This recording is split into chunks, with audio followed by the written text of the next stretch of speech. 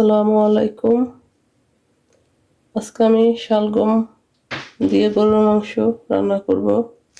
সেজন্য এখানে 2.5 কিলো গরুর মাংস নিয়ে নিয়েছি। এর মধ্যে আমি দিয়ে দেব আধা কাপ রেগুলার রান্নার তেল।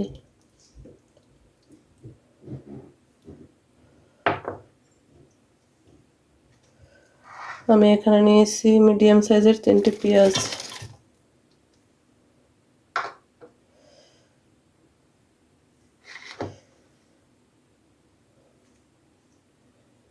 দিয়ে দেব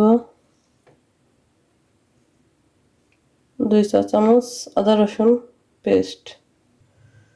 দিয়ে দিচ্ছি হলুদ পাউডার 1.5 টিস্পুন,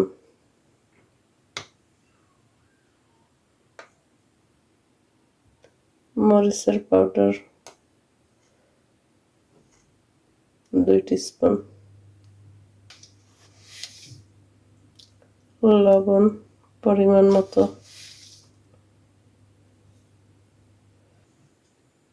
এখানে দিয়ে দিচ্ছি 1 টুকরা দারচিনি, 1টা কালো এলাচ, 3টি লং, 2টি সাদা এলাচ, 5-6টি গোলমরিচ, 2টি তেজপাতা।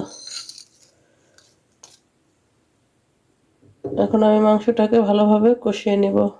মাংসগুলো ভালোভাবে কষিয়ে নিয়েছি।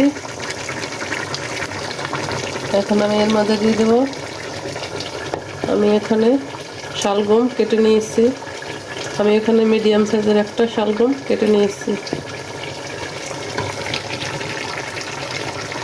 এটাকে দিয়ে আমি 3-4 মিনিট কষিয়ে নেব। শালগম দিয়ে 3-4 মিনিট কষানোর পর এখন আমি এর মধ্যে দিয়ে দেব গরম পানি।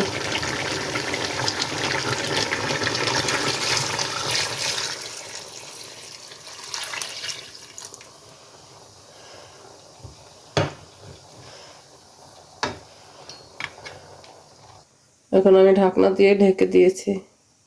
আমি এখানে 1 টিস্পুন ধনিয়া, 1 টিস্পুন জিরা, 3টি সাদা এলাচ, 1 টুকরা দারচিনি, 2টি লং,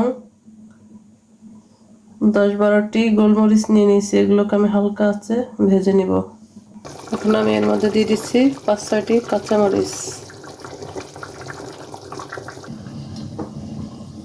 এগুলোকে দিয়ে আমি হালকা আঁচে ভেজে নেব। এখন আমি যে মশলাটা ব্লেন্ডার করে নিয়েছি এটাকে দিয়ে দেব। দিয়ে আমি আরো 2-3 মিনিট রান্না করে নেব।